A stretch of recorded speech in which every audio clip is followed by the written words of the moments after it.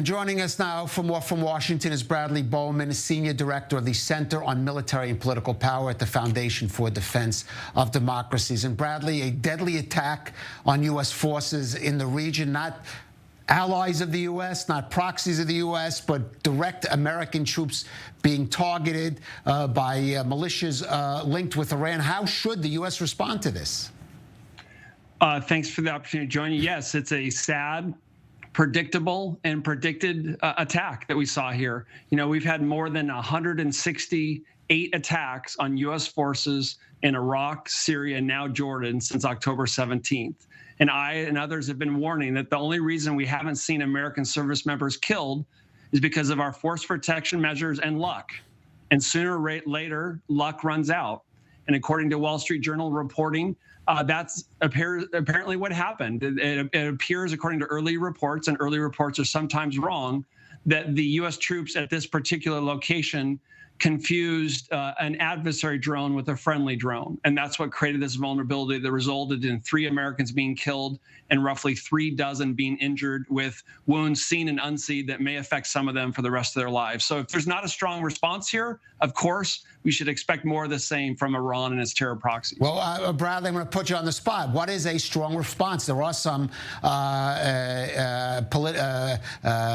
Republicans in Congress who's pressuring President Biden to strike directly at Iran.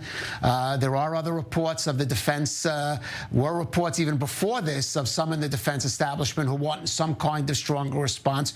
What would be, I guess, the right measured response, but at the same time would not risk kind of escalation, which, of course, the Biden administration doesn't want to see, especially in, how should I put it, a politically sensitive period? Right. No, the bottom line is that we already have some sort of regional war, whether the Biden administration wants it or not. Full points to them for wanting to avoid it. But as I've said since October 7th, the real danger here was excessive weakness from the Biden administration. The U.S. is the biggest weightlifter in the gym, but we're reluctant to throw punches, and that leaves the thugs with the impression that they can get away with bad things, and that's exactly what we've seen in Iraq, Syria, and Jordan, and now the Red Sea. So we got to shift the cost-benefit analysis of the puppet master in Iran and the puppets in Iraq, Syria, and in Yemen. And that means going after them directly. Some of these folks are so ideologically driven with the same sick ideology that drives Hamas and ISIS and Al-Qaeda, that if they don't have missiles to launch at us, they're going to throw sticks and stones. For those, you have to kill and deprive them of the means of the murder. For the others that are willing to think perhaps more rationally, then we need to shift their cost-benefit analysis. So I would recommend strong attacks across Syria at a minimum, if not Iraq.